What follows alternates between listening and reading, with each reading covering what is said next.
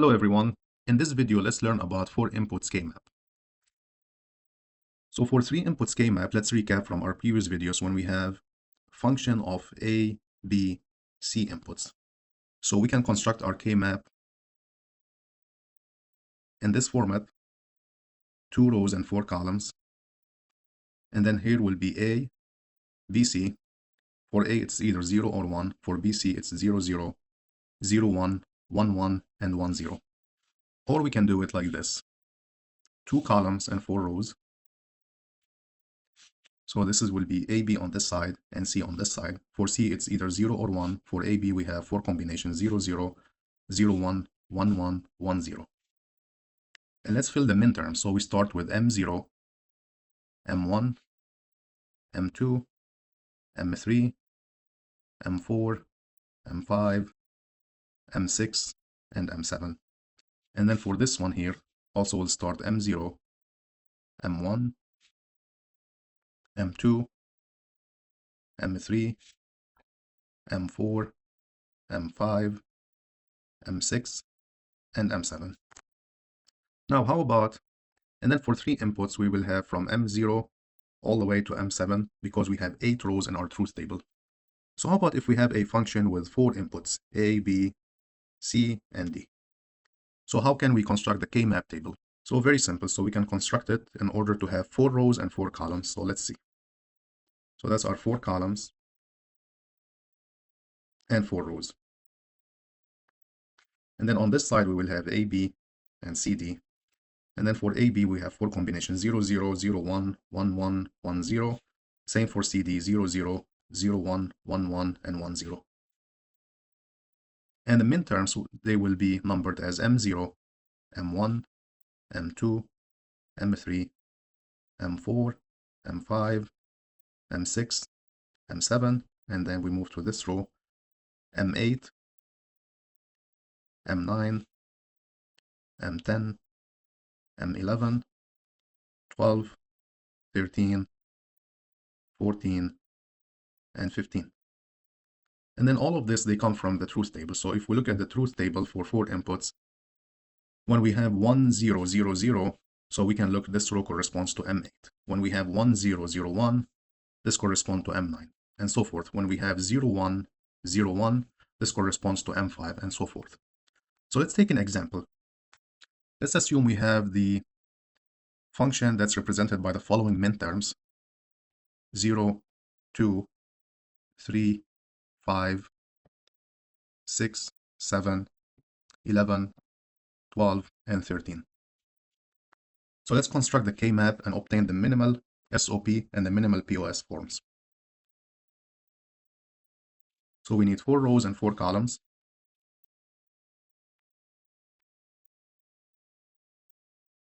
And then here we have AB and CD. And we know this is 4 input function because it has more than 7 minterms.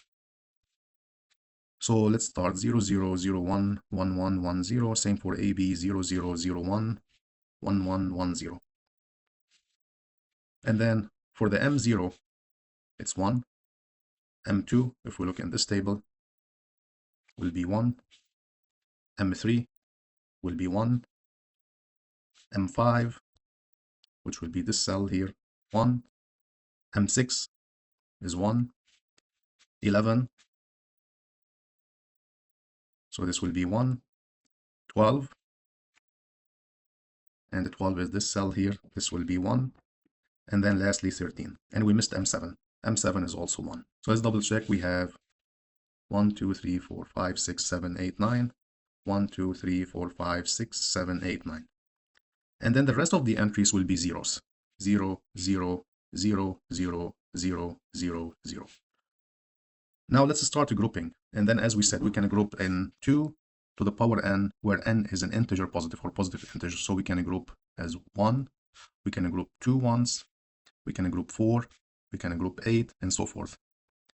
And then we need to choose the largest possible. So if we can group 4, so let's see where we can group 4 ones together. So in this area here, we can group these 4 ones. This will be one group.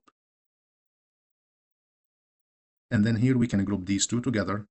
This is another group. And then how about this one here? So we can group it with this one horizontally, or we could have grouped it with this one. And then we have two more we need to group. We have this one here and this one here. And the only way we can group these, or the best way we can group these, is we group this one with this one, because Kmap is a 3D map. So if we fold a paper, and then we can see those like two ones at the edges, they can be combined together. And this one here, we can group it with this one here.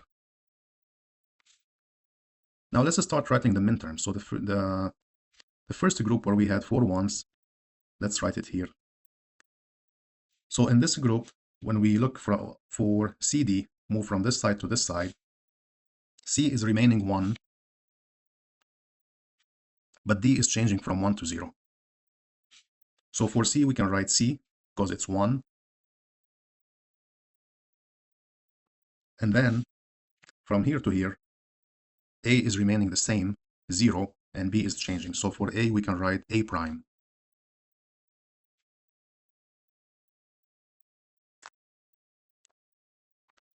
Now let's see this group here. So from here to here, C is remaining 0. So we can, from here, we can get C prime. And then for this row, we have AB, both are 1s. So we can write AAB. So this will be ABC prime. What else we have? We have this group. And then same idea. Let's start with this. So we see A is 0 and B is 1. So this will give us A prime, B. And then if we look in this area here, C is changing from 0 to 1, so we don't have to worry about it. D is remaining the same, so we can write D. So this will give us A prime, BD. What else we have? We have two more groups. We have this one. And then if we look for AB, we're going to look at these two groups. So we see A is changing from 0 to 1. B is remaining the same, 0. So we can first write B prime. And for this area here, because those are the group, this one and this one, so we look at CD are both 1s. So we can write CD. Lastly, we have one more group, which is this group here. So looking at these, because these are the group, so looking at CD, C is changing from 0 to 1, so we don't have to worry about it. D is remaining 0, so from here we get D prime. And how about AB? So this is our group. And then we see AB are both 0s, so we get A prime, B prime. Now we can write our equation, or Boolean expression. So F will be equal to all of these terms, A prime, BD, plus AB, C prime, plus B prime, CD, plus A prime, C, plus lastly A prime, B prime, D prime. And this is our minimal sum of product. Now how about the POS form, the minimal product of sum? So for this we can group zeros together. So let's see how we can do it. So I don't see in any place that we can group 4 zeros, so we need to group them in 2. So we can group these two together, and we can group these two together.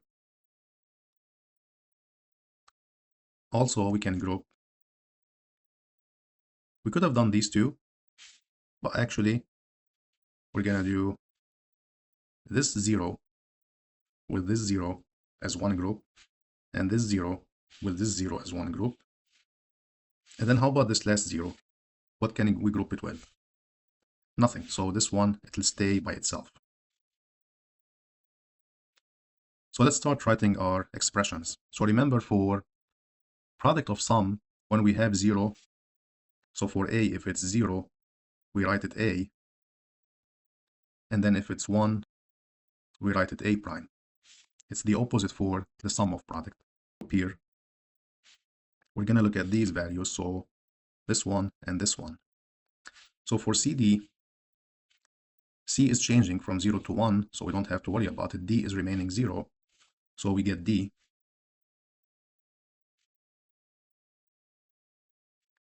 And then for this row, we have A is 1 and B is 0.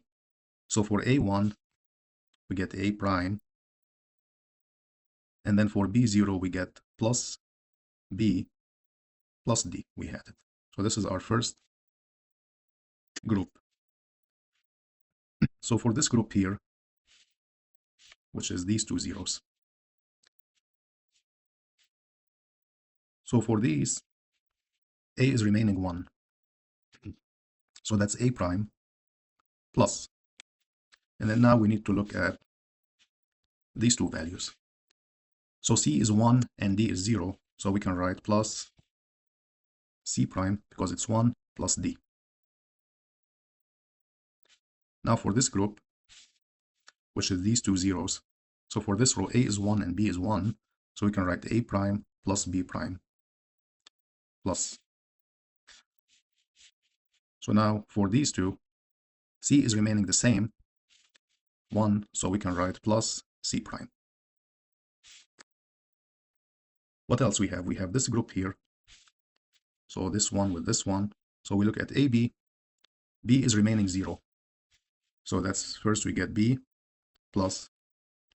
And this area here, because we're grouping these two. So for CD, C is 0 and D is 1. So for C0, we get C plus D equal 1, we get D prime. And for this last 0, we're going to get all four variables, A, B, C, and D. So for AB, we have A is 0 and B is 1. So we're going to get, for A0, we get A plus B1, we get B prime plus CD, both are zeros. So we're going to get plus C plus D. So now we can write the Boolean expression for product of sum for the expression F. So F will be equal to, let's start from this, A plus B prime plus C plus D. Next one is B plus C plus D prime, and then A prime plus B plus D, and A prime plus C prime plus D, and lastly A prime plus B prime plus C prime. So as we can see, we have 5 terms, 3, 4, 5. If we look back in the sum of product, we also have 5 terms. 1, 2, 3, 4, 5. So this is how we can use the Kmap for when we have 4 inputs to get the minimal sum of product and the minimal POS forms. Thanks for watching. I hope this was helpful. If you enjoyed this video, make sure to subscribe to the Computer Engineering Notebook for more content on computer architecture, embedded systems, and hardware design. Hit that notification bell so you don't miss our next tutorial.